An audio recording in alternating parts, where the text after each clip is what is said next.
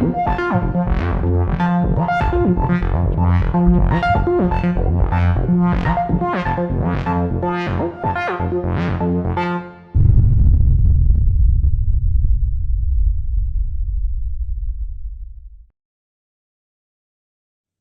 there.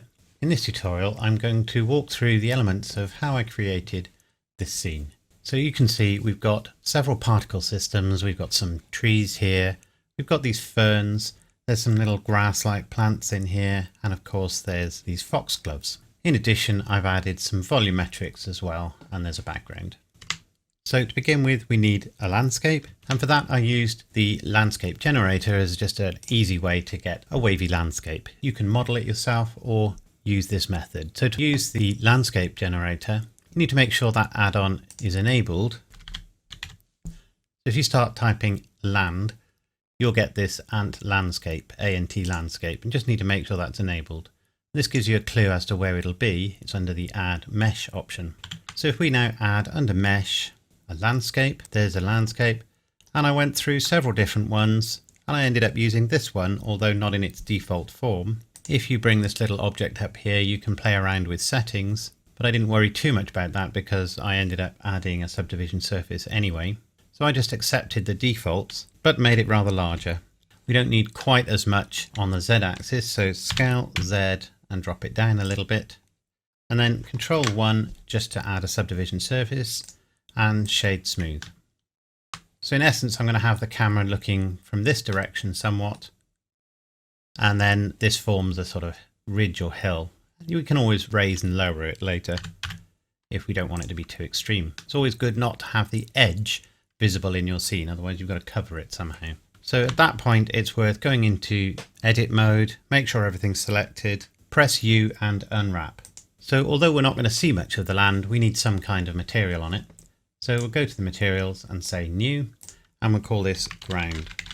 We'll open up a new window up here, and we'll go to preview render here, which is essentially the EV preview. This is going to be a cycles tutorial, by the way, although I will talk about EV in a little part 2, a very short part 2 version to this tutorial that I'll release after. So up here, we'll go to the shader editor, and we've got our defaults there. So I'm going to add a texture, which is an image texture.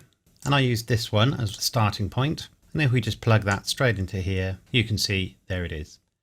Obviously, it's rather large though. So I'm going to open another little window here and go to the UV editor and then just load in that ground texture. I now go to edit mode over here, select everything. You can see that maps 1:1 at the moment. So I'm now going to scale that up much more. And now you can see it's much bigger.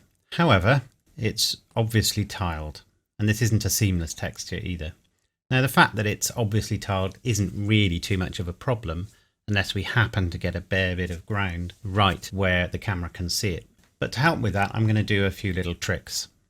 I know that Andrew Price, or Blender Guru, recently released a tutorial, and I know he's got some sort of add-ons that you can install that will actually make this quite easy as well. I'd already used the method I'm about to use, and this is relatively straightforward as well. You don't need to add in any complicated nodes for this. So the first thing I'm going to do is duplicate that texture node, and I'm going to load in a different texture, and the one I used is this one, which is sort of a combination of mud and grass.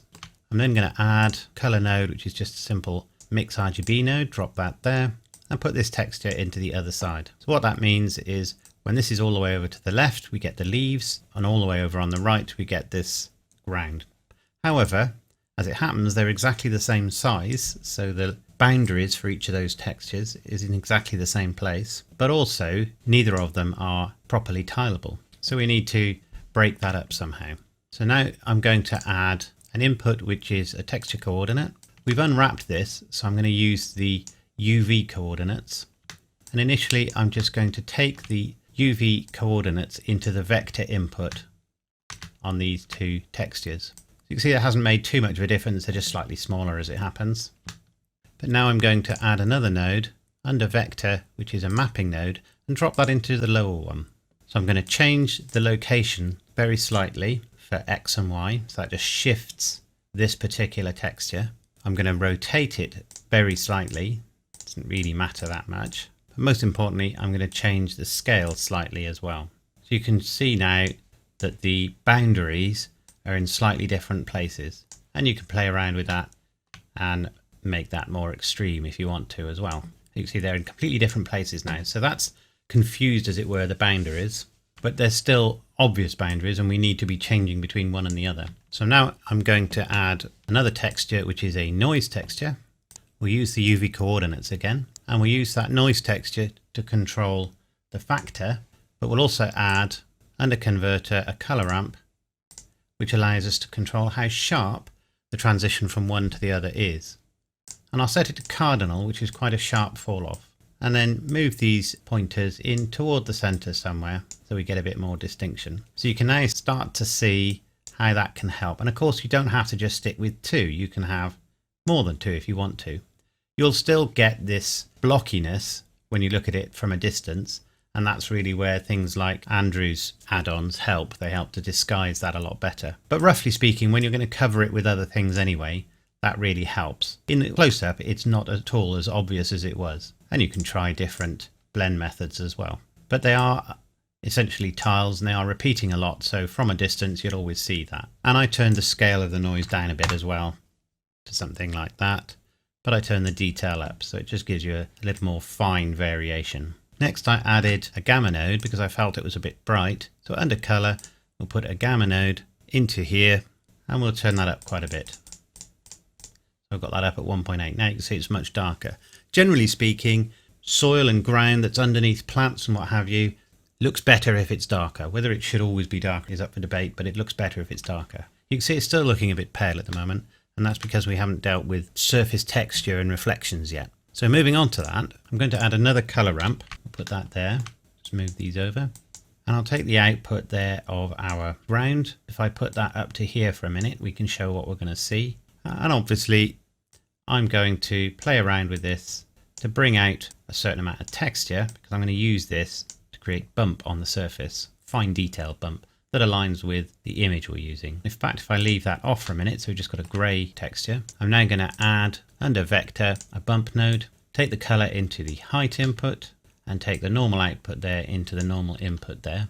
And you can see we've now got a texture. If it's the wrong way up, you can just click invert here.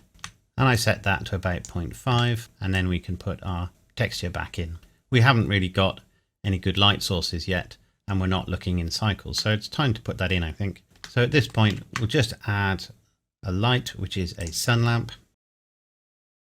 We'll have that coming across somewhat and give that a yellowish color. I set mine to a strength of 10 and an angle of 0.05. So that's basically a bright sunny day. So if we now look at the cycles preview, that's starting to look okay. We're getting a few highlights and whatnot, but there's still a bit to do. So I added a brightness and contrast node just to turn the brightness down a little bit. So minus 0.025 for the particular textures I used, just to make it a little bit darker again. And then to add more surface texture, I added another noise texture, set to about 77 for the scale, detail at 16, you can go higher by typing it in. Then add under converter a math node, drop that there. Take the factor out and put that into one side of the math node, change it to multiply, and I left that at 0.5, and then take that output and put it into the displacement input. And you can see that just adds another little bit of detail to the surface. Now I need to make it a little rougher. It's a bit too shiny at the moment. So I set my roughness to 0.9 and everything else I left at default. So that'll do for the ground at the moment. So let's put the camera into the scene, or make it visible at least, so we've got an idea of where we're looking from. So I'm going to start the camera something like that.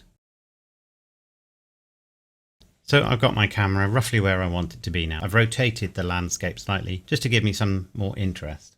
One thing to check once your camera's ready is that your clipping plane goes as far back as it needs to. Because if it's too close, you'll see you start to lose some of your landscape. So just make sure it's beyond where the landscape is. And also the clip start shouldn't be too far out either, because you can see you start to lose things there.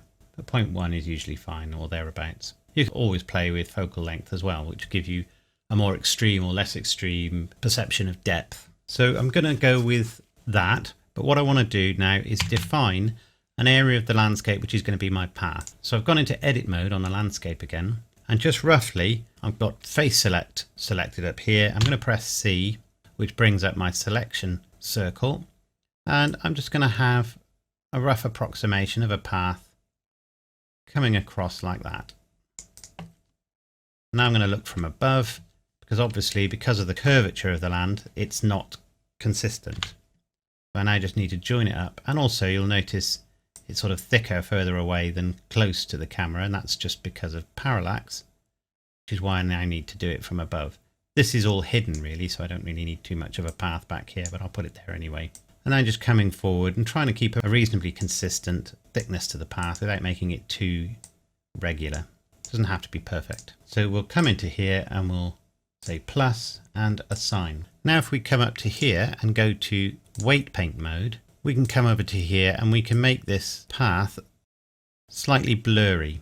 What we don't want to do is erase any of the path, but what I do want to do is smooth out the edges a bit and make it more of a gradient. We're going to use this to define where some of our plants are and also how big they are, so they get a little bit smaller rather than just suddenly stopping like they've been clipped away. And that's a more natural way for plants to behave on the edge of a path, because obviously not everybody will walk right at the edge of the path, and therefore some plants, the faster growing ones or the more resilient ones, will still be able to grow there. They just probably won't do as well because they're being trodden on occasionally. And obviously that's true of grass and things like that as well.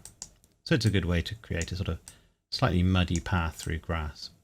That was weight painting that you noticed I selected up there, and that's what gives us this ability to select different options here and affect our path. If we look through the camera, you can see the path opens up as it approaches the camera and is nicely defined. So we'll call that path up here. I'm going to go back into edit mode. I'm now going to go into wireframe mode, and I'm going to select everything that's inside the view of the camera and just slightly outside. And because I'm in wireframe mode, that's going to select everything behind as well. And sometimes you want things that are behind if you're going to put particles there, because you want them showing up above the ridge. I'm going to click plus here, and we'll call this one plants. It's as good a name as any. And we'll assign that back to solid view and preview. So now we're ready to create some assets. So I'll put my cursor over here just out of the way, and then I'm going to add a mesh which is a cylinder. I'm not showing much of my trees, so I don't really need to create lots of tree geometry. I just need to show the trunks really. So here's a cylinder. I'm going to remove the top, so remove that face, and I'm going to remove the bottom. It makes it easier to unwrap, and there's no need for that geometry. So in vertex select mode, I'm going to select the bottom there, and I'm just going to scale that out a little bit to start with. And now I'm going to randomly deselect some of the vertices and scale those out. It's just to give a little bit of variation to the tree trunk. We're going to add a subdivision surface in a moment anyway. You can then decide how high up those roots go, or the effect of those roots on the trunk. And then we'll press E and Z. Take that up reasonably high, but just put a very slight taper on it, so make it slightly smaller, because obviously the tree trunk narrows as it goes up. I probably made it a bit too extreme there. And then Control 1 just to put a subdivision surface on there. So I'm back into edit mode, and I'm going to Alt left click on one of those edges. Control E and mark seam. So this is to do with unwrapping. When we UV unwrap it, we need to tell it where to start. Otherwise we'll tend to get a less useful unwrap. I'll demonstrate that in a moment. Let's open up another window here. We'll go to the UV editor, go to edit mode and select all of those vertices. And in fact, we've already got quite a good unwrap, as it were. If I press U in edit mode and just say unwrap, you can see it looks slightly different. But I think I'm just going to go with that at the moment, and we'll see where we go. So what I need to do now is add a material. So we'll say new, and we'll just call this bark. And as you might expect, I'm going to add an image texture. I used a photo of some bark that I'd taken myself, which was this one. So initially just take that straight into the base color, of course, and you can see there it is. Now unfortunately that's stretching quite badly because of the way that I created this, If I'd added more vertices, it would have been fine. So what I'll now do is just say unwrap. And now you can see it's not terribly stretched. And in fact, even where I put that seam, and this line here and here is essentially the seam. So it's as if it's been cut up that seam and then flattened out. And that's then the 2D texture is overlaid on that. So if I bring up that texture, which is that one there is the texture, the 2D texture. It's not tileable. And I can play around with that. So I could scale it on the Y, for example, just to use a bit more. I don't really want to run over the edge if I can help it, because we'll get back into that tiling issue, making it more obvious. But I think for this exercise, that's fine. It's not too obvious at all. So again, I added a gamma node just to darken it slightly. I took that up to about 1.5 in my case. So just looking in the cycles render, you can see what that's going to look like. I added under vector a bump node. I just took the color output into the height and then took that into the normal, and I didn't even need to change anything else. So it was about right like that. If it's not good enough, you can add a color ramp and obviously play around with the strength here and invert it if you need to. But because of the quite strong pattern on here, that worked quite well. So already we've got some nice effect there. It's slightly greeny yellow because of the color of the sun. I turn the distance down slightly, which sort of turns the scale a bit, changes the scale slightly. So there we go. And that's all I did for the trees, and that seemed to work quite well. So we'll work with our trees and we'll distribute some of those around. Obviously I made about 2 or 3, I'll just make a couple. But what you do want to do is move or alter or scale your UV map slightly so that they don't look identical, because although we will be rotating the trees, by moving this map around, they'll be showing different parts of the bark texture, changing the scale slightly and moving the map over. Could even rotate very slightly. So now that doesn't look like exactly the same map. And obviously you can play around with some things down here as well. Turn on proportional editing perhaps and just push some in and pull some out so that they don't look identical. It doesn't matter too much about their relative size, because that's going to be controlled by the particle system. So we'll call that tree 1 and tree 2. What we'll also do is select those two, Shift M and say new collection, and we'll call this trees and OK that. Now I'm going to shrink them down just to make them less in the way. But one of the fun is that still exists in this version of Blender is we need to rotate on the Y-axis 90 for things to work properly when we use them. One other little thing, you can see this origin point, this little orange dot. It does need to be inside the tree, otherwise the tree will be floating, but you don't want it too high up the tree, otherwise the tree will be too buried and you won't get that bit of root effect that I created.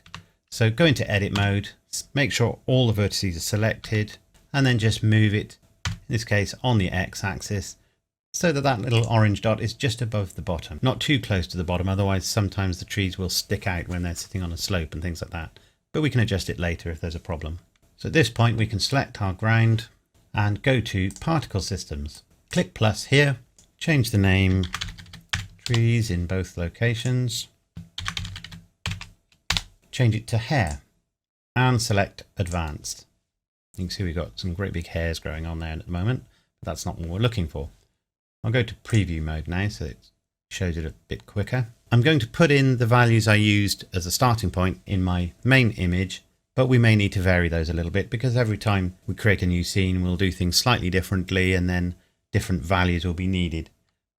So I put in 35 trees, so not an awful lot. Seed doesn't matter, you play around with that to get a distribution that you like. Hair length and segments was left at default. So was this for the most part, except distribution. I generally don't like jittered. I prefer random. It's more natural. And I also, for this sort of thing, I turn off even distribution because that's not really very natural either. But I will use modifier stack because I've added extra geometry with that subdivision surface. That's what that does. We don't need hair dynamics or velocity, but we do need rotation. So I'll click that, open that up, and we'll say Object Z. I put a small random on there, so 0.02, something like that. So that just gives a little bit of variation rather than being completely vertical with the trees, but only very slight. I put phase up to maximum and randomize phase up to maximum. Angular velocity and physics we don't need. Then under render, change path to collection, and then a little bit further down, instance collection is the trees. Select pick random and object rotation, and there they go, they've all stood up now. If we look underneath, we can see the trees are pretty much all slightly poking through the land, which is what we want. They're obviously a little small at the moment, so we'll increase the scale just so that they all go off the top. We may need to play with the angle of the camera as well as how tall our trees are over here. So they're a little short right now. Scale ZZ and up they go. Should really unwrap them again as well. And I'm just moving them up a little bit there against their origin. And we can now turn the scale down a little bit. We'll go slightly further than that, but you can see we're starting to get some trees showing the tops there, so we'll alter the camera angle in a moment. But before I do that, so we'll just play around with the seed a little bit till we get a better distribution, a nicer distribution of trees. And now we can go slightly larger, and it's playing around with this. You can of course make the tree model as tall as you need to. So I'm going to raise the camera up slightly, rotate XX, and that's not looking too bad. I'm just going to have a look at where my path is and go into edit mode. So my path is here. And what I can do is I can make sure there are no trees on the path. So if I go back to my particle system, under vertex groups, select the path density, but then click this button, which means don't put anything on that area. So now the trees should be avoiding that path as you would expect. You obviously wouldn't have a path running through a tree. And we can just play around with this again just to see what the options are. And you just keep going until you get something you like. Obviously I'm looking off in the distance at the moment, and I can stop that to a certain extent because I'm now using the path system to stop my trees. So what I can do, go into edit mode, and this corner over here, which isn't actually visible to the camera, I'm going to make that essentially part of the path. So we'll assign that, and now you see we've got no trees down there, which means we're less likely to get trees which are too short, essentially. Assign some of those as well. You can see that's working better now. And that's a good thing about the seed. You just keep going until you get a distribution that you think looks nice. And because it's very specific, as long as you keep that seed and you don't change any geometry, that's the distribution you're going to continue to get. One of the other things we need to do, of course, is just put a little bit of scale randomness in there. I didn't actually use very much of that, just so the trees aren't all identical. It just helps to change that, to make them look a little more natural. And we'll go with that for the moment. You can see we've got a clear way for the path here, and then these various trunks. At this point, I'm going to apply a background image as well. So we'll go to rendered view, and we'll click here. We'll select use nodes, and then under color, we'll select an environment texture, select open, and I used this one from HDRI Haven, which just seemed to match the scene quite well with these misty trees in the background. Remember, I'm going to add some volumetrics to this at some point. It also adds a certain amount of light. Now you can see these trees here, they're slightly too high. So I'm going to go back to these and just lower them a bit. And that's just because they're on a slope. There we go. So that's created our basic trees. And we're now ready to move on to creating some of the understory. So now we can create some of the ferns. So I'm going to add a simple plane to begin with. I'm going to scale it on the X just to narrow it a little bit. And Control A and apply scale. So I created the image texture I'm going to use myself, and it's easy enough to do yourself. I just did it in Photoshop and created a transparent background. You can find textures with transparent backgrounds, alpha backgrounds from places like CG Textures or Polygon. So I'm going to add a texture which is an image texture, and I use this one. You can see it's a Photoshop file, so it's got a transparent texture. You can also create your own alphas like this and use those as masks, but this one worked for me.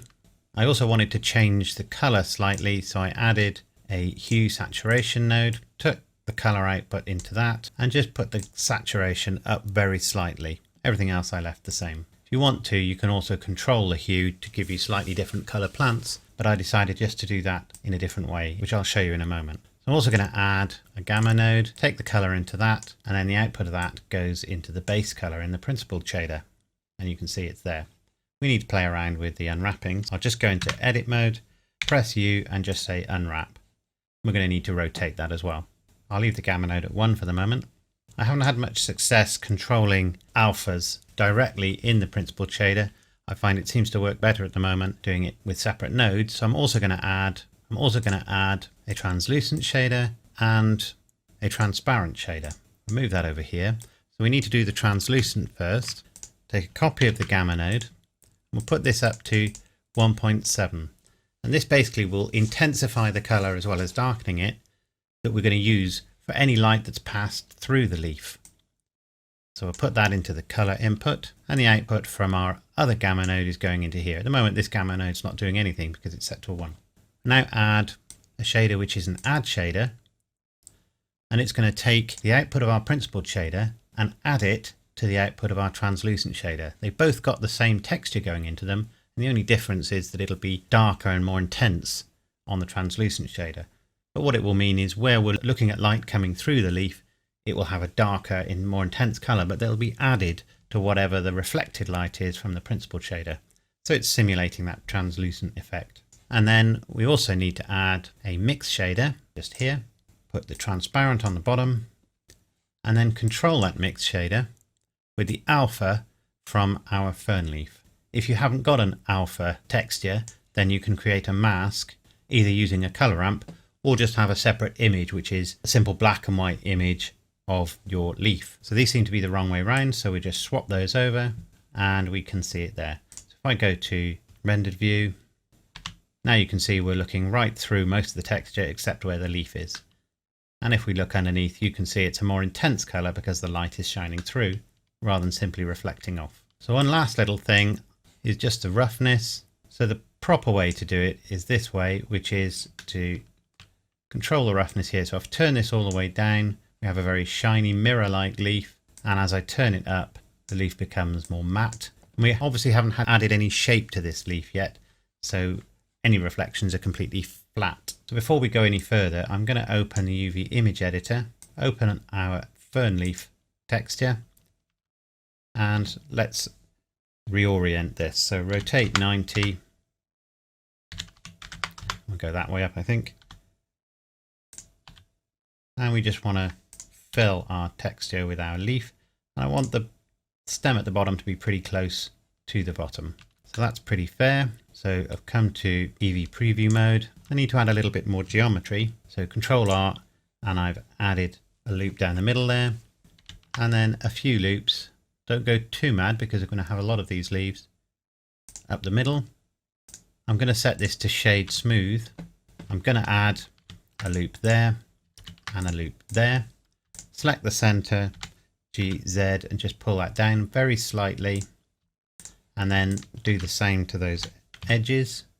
That sort of just gives a bulge here. Select that end, press O to select proportional editing, and I'll go to sharp, GZ, and I'm just really putting some curvature on the leaf just to give it a bit of shape. And now in edit mode, turn off proportional editing, select all the vertices. The origin's right in the middle at the moment. For convenience, I'm going to put it almost right at the bottom, so it makes it easier when I'm constructing my plant. I'll call the material fern leaf and the object itself fern leaf.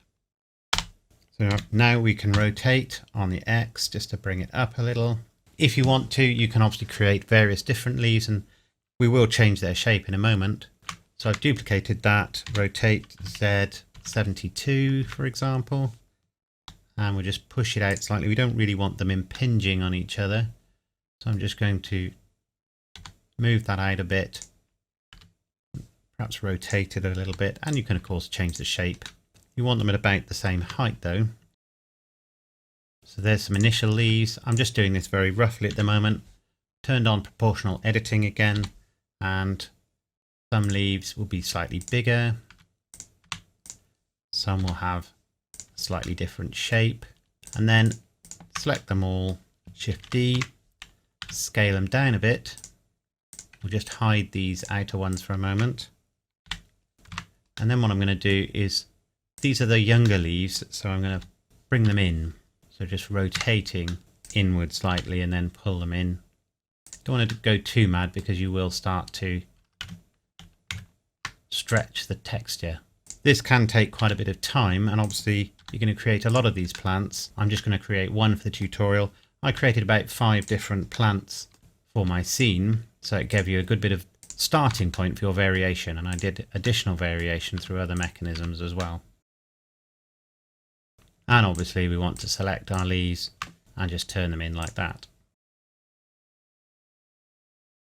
Then select all your leaves, right click and just say join, and then we'll call that fern plant 1.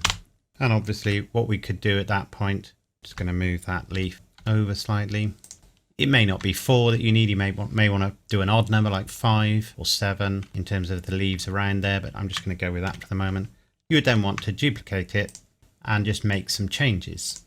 So with proportional editing on, pull a leaf down, scale part of the plant up slightly, pull some leaves up and push others down. It's just really to create a bit of variation, especially if you're using the same image texture for each leaf. And obviously if you want to be a purist, you should use several different image textures that are slightly different, albeit for the same plant. So then we can group those 2 plants. So Shift M, new collection,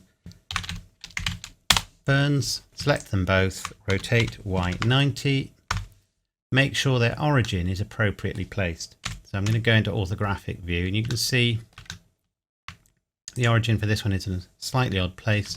So go into edit mode, select all the vertices and just push it down to the origin there, and do the same with the other one.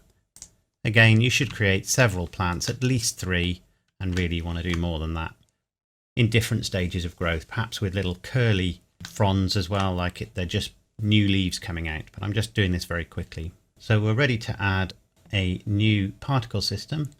We'll click plus. We'll use the trees particle system to start with, but we'll call it ferns up here. We'll click this little 2 so that it's unique, and we'll call this ferns. Come down to here and we'll select the ferns. Obviously a little on the large side at the moment. We'll go with 0.075 to start with, but we'll have a lot more randomness in the size. Maybe 0.1. So we get some large plants and some much smaller plants. One of the things I forgot to do for my plants is I felt it necessary to have a little bit of variation in the surface. So if we come and have a look at one of our plants, the leaves themselves are actually very flat on their surface at the moment. Come out of orthographic. So what I did, just to add a little bit more surface texture, is I added a texture which is a Voronoi texture, set it to a scale of about 200. I used smooth F1 and set it to 2D, then added a bump node, put the texture into the height, set the strength to about 0.2, and then obviously that goes into the normal. And it just gives a subtle variation to the surface texture. So when the light catches on it, it's a little better. And then I did what you shouldn't really do. I added a subdivision surface because I wasn't happy with the faceting. The reason you shouldn't really do that is because it's obviously adding a lot more geometry. But as long as you leave it as a modifier, you can always take it off later.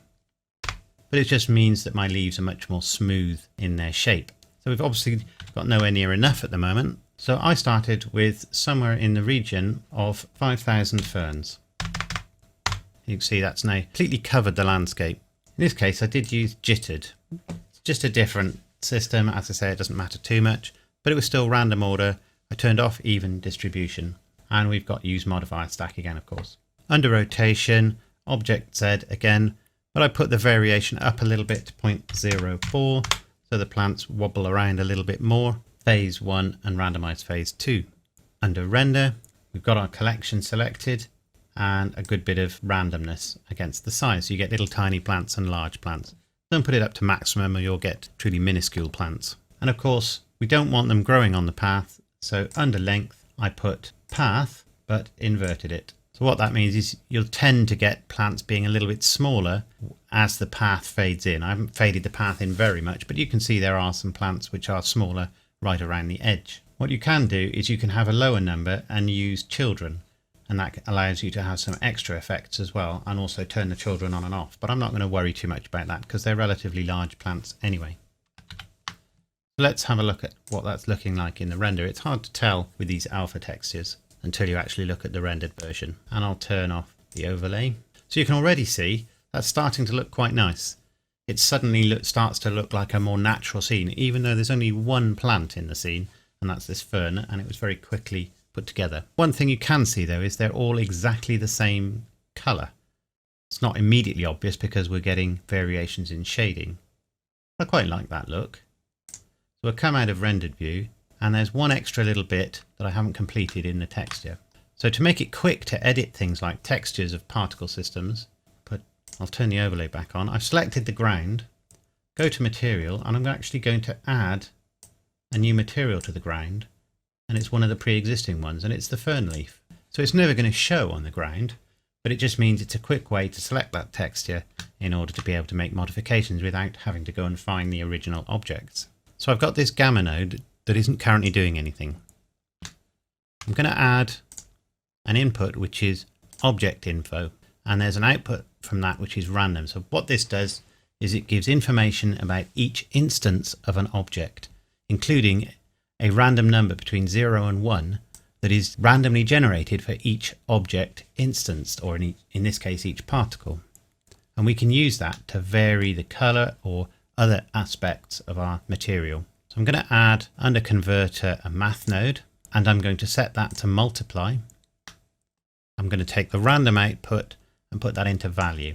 Now remembering that this is going to be a number between 0 and 1, and for gamma to do nothing, to make no changes to the color, it needs to be 1. So if I just took this and put it straight into gamma, in fact why don't we do that, if I just put that straight into the gamma node, we're going to get a gamma setting which is between 0 and 1, which means all of the textures will be brighter. There'll be very few that are at 1. Most of them will be somewhere between 0 and 1. So they're very, very bright, yellowy sort of textures. So what I want to do is be able to scale that, but also to have it varying from 1 and slightly up from 1. So if I just stop that rendering for a moment, I'm going to create another math node, and that's going to be an add node. So if I take that multiplied output and put it into the add node, I'll set the add node to something like 0.9. The multiply node is about 0.75, that's what I used, and then take the output of that into my gamma node. What that's doing is it's scaling whatever comes out of here down. So if it was 1, it would become 0.75. So it'll be somewhere between 0 and 0.75. It won't ever be any higher than that because the maximum out of here is 1. However, I want the majority of the values to be slightly above 1, which means I'll have ferns that are the default color to slightly darker.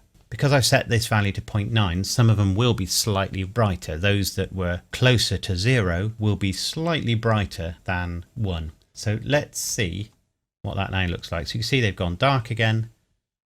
It's a subtle thing. It's not immediately obvious because I'm using fairly subtle scaling, but what we're getting is a slight variation in the strength of colour and the darkness of the colour within each fern plant, like it might be in real life. So they're not all absolutely identical, there's some genetic variation between them, and that just gives you that idea of them being different plants, not just duplicates of the same plant. As I say, it's a subtle thing, but it's quite a good thing to do in a nature scene like this. And of course I could do the same with the trees as well. Essentially, with nature scenes, it's all about adding randomness.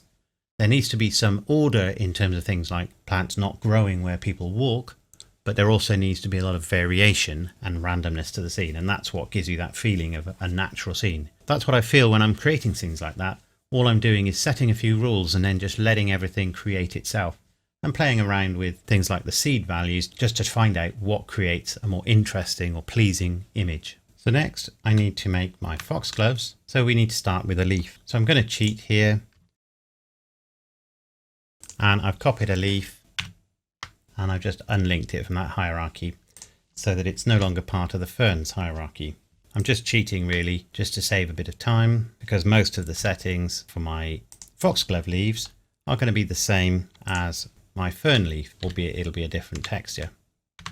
Already got a texture set up, and it's essentially exactly the same, but it's basically the same approach as I used for the fern leaf, Again, it's got an alpha texture in there, but I just need to move things around in terms of the UV map. So we'll go to my foxglove leaf, open this leaf up, and you can see that's not quite right. So I'm going to scale on the X, just open that up a little bit, and then scale on the X for this one as well, and just move it up a little bit. And there's my foxglove leaf already. Slightly distorted because there's a rotation on it, but for this tutorial that'll be good enough. Duplicate that, rotate Z120, and then rotate Z120 with another duplicate. And we'll just move them out slightly because we're going to be putting a stem between them.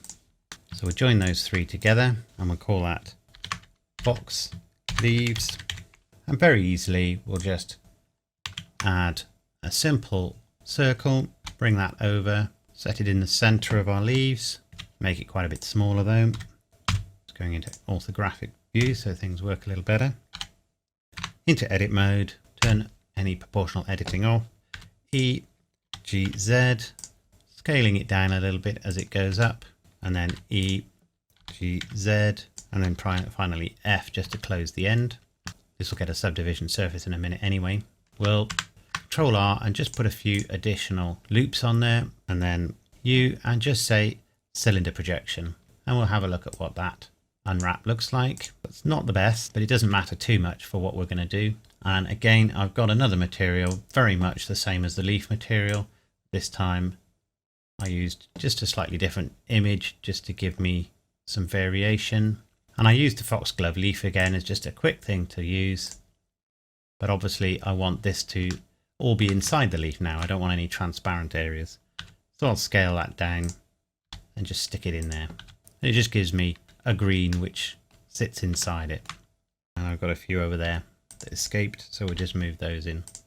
It was really just to get a simple, slightly varying green texture that's in the right sort of ballpark as the leaves. It will be slightly different. I'm just going to apply the scale to both of those. Then I'm going to make sure this is called fox stem so I can identify it. Go to my leaves, add a modifier which is an array modifier, turn off relative and select object and go to fox stem. I'm going to apply rotation and scale, and also rotation and scale to my leaves. That's a bit better. So what I need to do is actually just lower my stem in edit mode a little bit, because I actually need to, out of edit mode, raise it up because it was going the wrong way effectively, and then scale it down slightly. And what that now means is each time I create a duplicate of the leaves, they get smaller like that.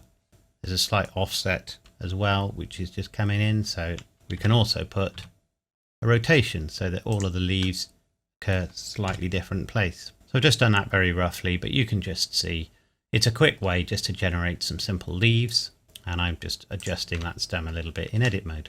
If you do it in edit mode, it doesn't affect anything. And once you're happy with it, just you can leave it like that, or I like to apply so that I can then join these together and I've got a single plant. And now we need to create the flowers. So I simply modeled those. So we'll create another circle, scale it in a bit, fill it, E, G, Z, scale it up.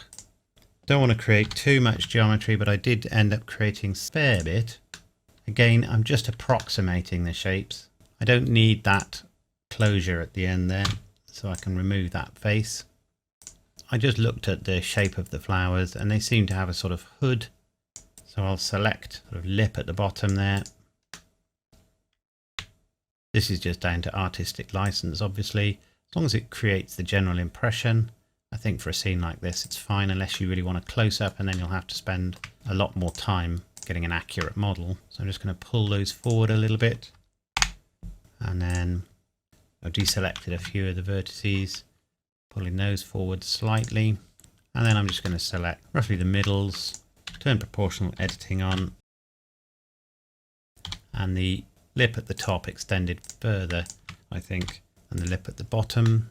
Add a few, not too many, a few loops in there, and then just flare the edge of the flower a bit. Right click and shade smooth. It's going to get a subdivision surface. May as well put that on now. Very simple unwrap to start with, just to see how that works. And I've already got a material, again, exactly the same as the leaf material, except this time I took an image of a flower, just cut a piece out of it and created this texture. Other than that, it works very much like the leaves, although there's no transparency on it. Again, it's not completely accurate, but it gives a reasonably good impression at some distance of a foxglove flower, especially with the translucence in there. So we can play around with that to see what we get. I spent a bit more time getting it looking nicer, but that's fine for the tutorial. So I'm going to scale that down a bit, rotate it to somewhere like there, and then apply rotation and scale. I'm going to bring it over to here slightly, just so I can see what I'm doing. And I'm going to add an empty, which I'm going to remove shortly. I'm only putting it here just so that I can sort of get an idea for what I'm going to do with this. So select my flower and add an array with an object offset, which is our empty. And if I scale the empty down ever so slightly, that will mean each flower that goes up will be slightly smaller. That's possibly a bit too quick. So I'll scale it back up a little bit. And the distance between the flowers will be set by the height of the empty. If I go into edit mode and rotate on the X, you can see I can tilt the flowers down nicely. And then something else I did was I added some rotation on the Z. So effectively they spiraled around. And then I can do a few more. It's easy to do more flowers like this. Obviously toward the top really they should be slightly different model. But again, this gives a good general impression without it being exactly correct. So at this point, you could add more array modifiers to build the whole thing up, or just very easily apply that array modifier, delete that empty, duplicate the flowers and rotate on the Z axis. And you'll just need to move them around slightly as well. I've done actually quite a lot of flowers there. I've probably done a more extreme twist on it than I did originally, but it gives you a general idea. I'm going to join all of those flowers together, and then I'm going to select a few vertices at the top because I think they don't shrink enough at the moment. Scale Shift Z so it doesn't change the Z, and just bring those in a little bit to make it a bit more conical, and then attach that to the main plant. And obviously again I would create several of these plants with different forms. I even created some with sort of secondary flowers on them. Make sure the origin is only just below or just above the bottom of the plant. Rotate Y90, and because I'm just going to use this one, I don't need to create a collection for this one. So looking back here, I'm going to just turn my ferns off for a little bit from visibility. Create a new particle system, call this foxgloves. We'll use the trees particle system, but click that little 2 so it's unique, and call that foxgloves. Come on down, and this time we'll just select object instead of collection, and the object is going to be, it's actually called foxstem. I didn't rename it. And then rather large foxgloves at the moment, so we'll go for 0.025, see what that looks like. And for these, I'm going to put a little bit more variation on the plants. So we'll go up to 0.05.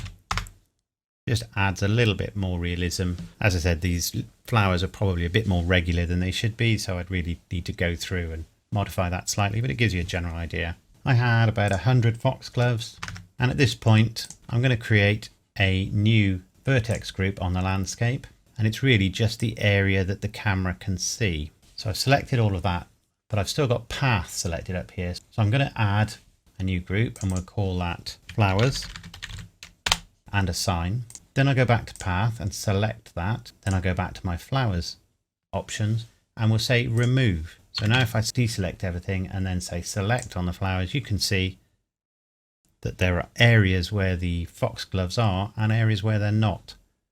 And if we go to weight paint,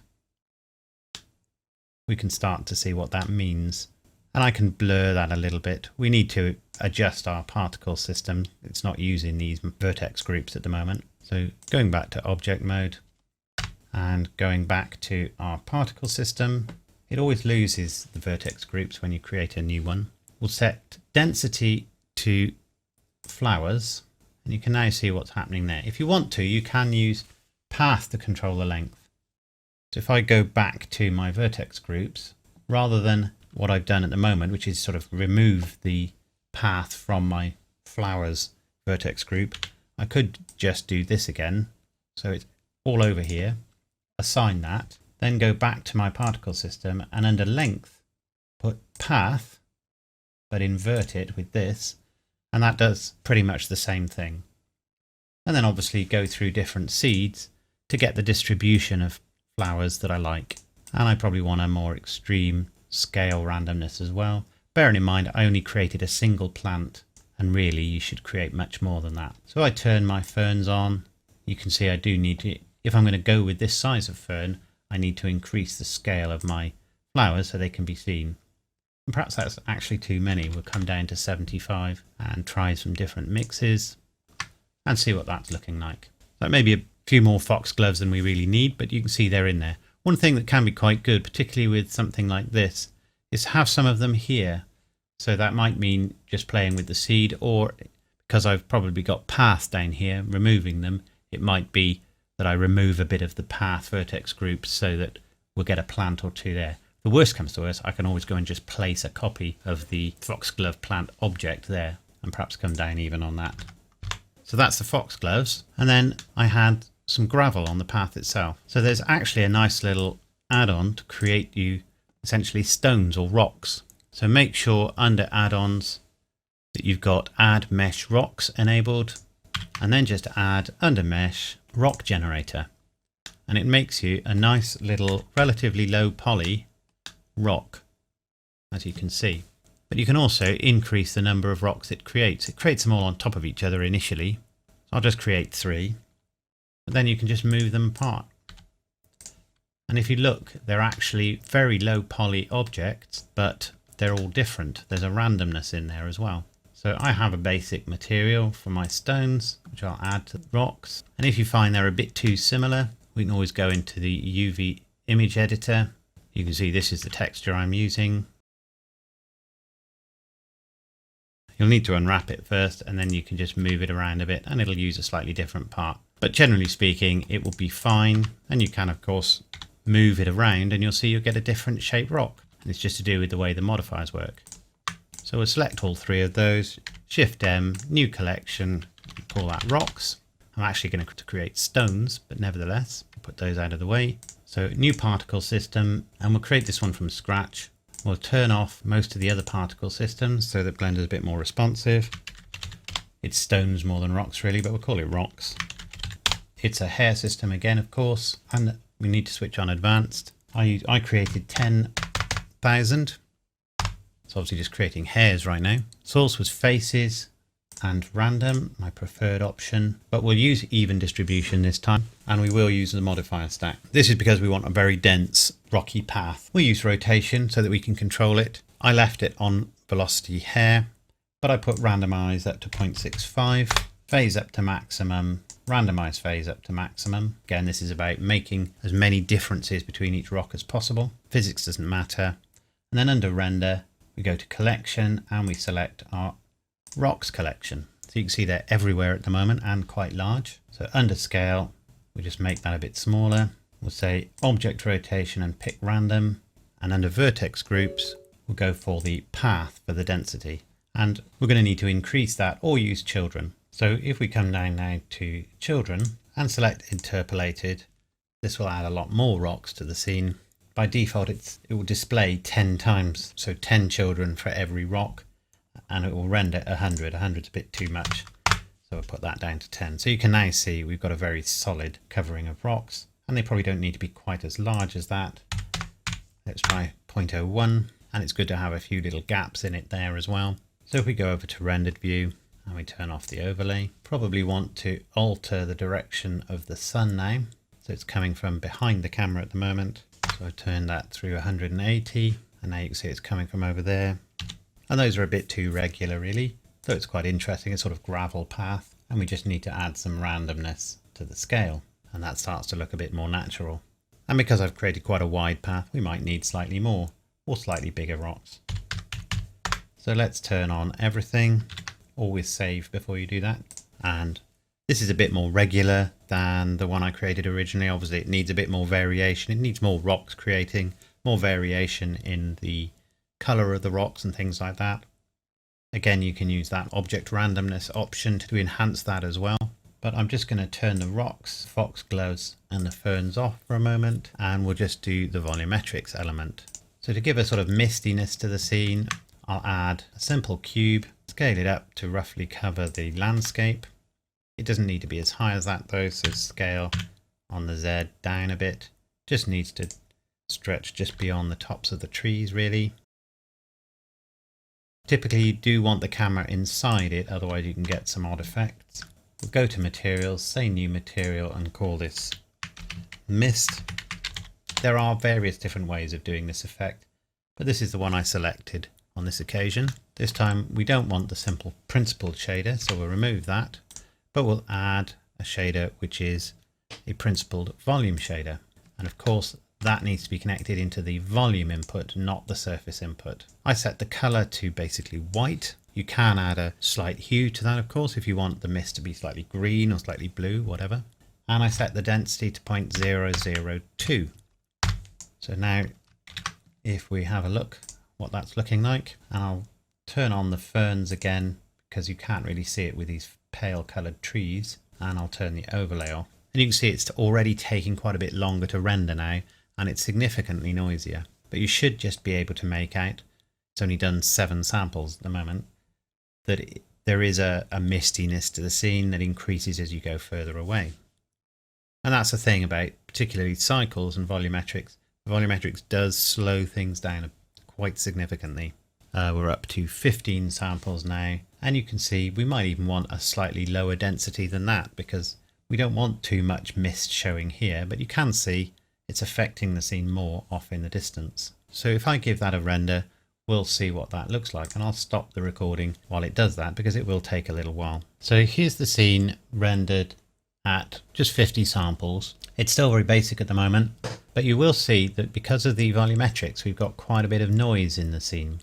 So an initial first pass on how to deal with that is to switch on denoising in these options down here, and that adds an extra pass, particularly effective in non-animated scenes, that looks like this. So you can now see it sort of blurred the noise out of it. It's not perfect, but it just makes it a lot smoother, and that's still only at 50 samples, so everything's the same except I added denoising.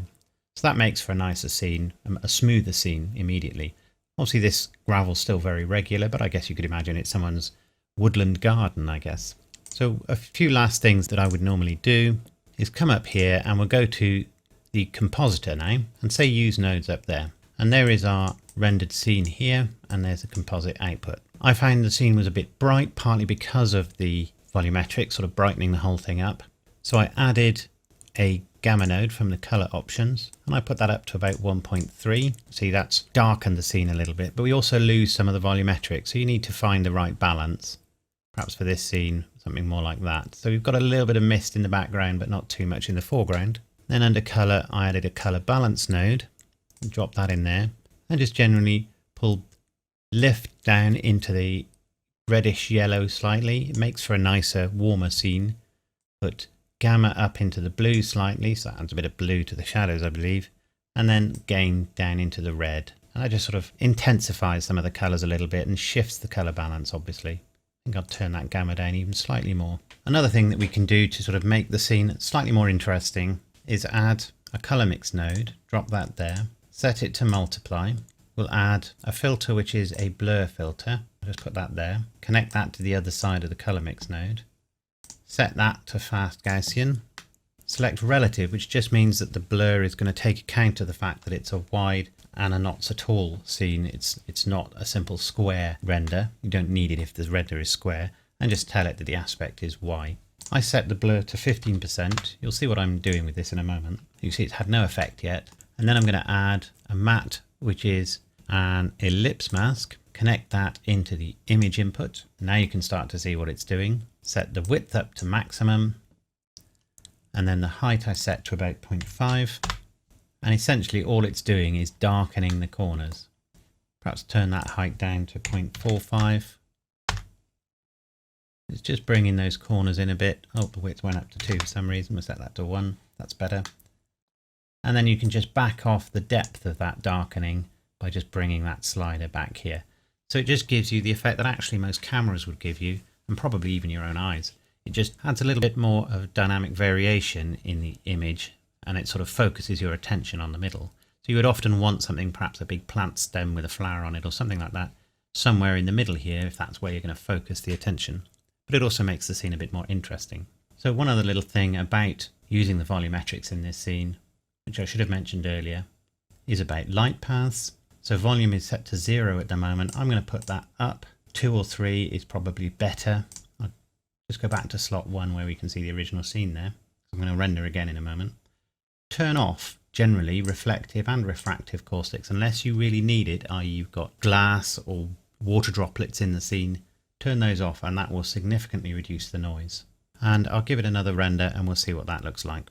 So there it is. Obviously I made this very quickly.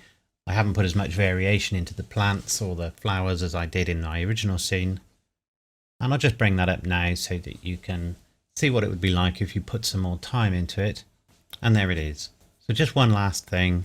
I'm going to do a sort of short part 2 to this tutorial. This has been one of the longer tutorials. That I used to do a lot of tutorials of this sort of length, but I know a lot of people don't like the longer ones. But there'll be a shorter tutorial as a follow-up to this one, and that's to create this effect.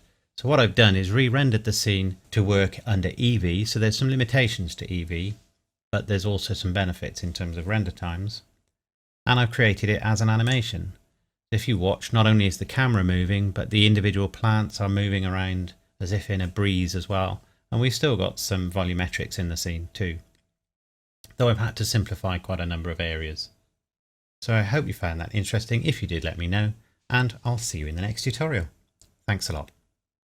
So I hope you found that interesting. If you did, let me know. If you enjoy these tutorials, don't forget to click like and subscribe. I also have a Facebook page and a Twitter account, and I now have a Patreon page as well. And I'll provide links to all of those in the description below. So I'll see you in the next tutorial. Thanks a lot.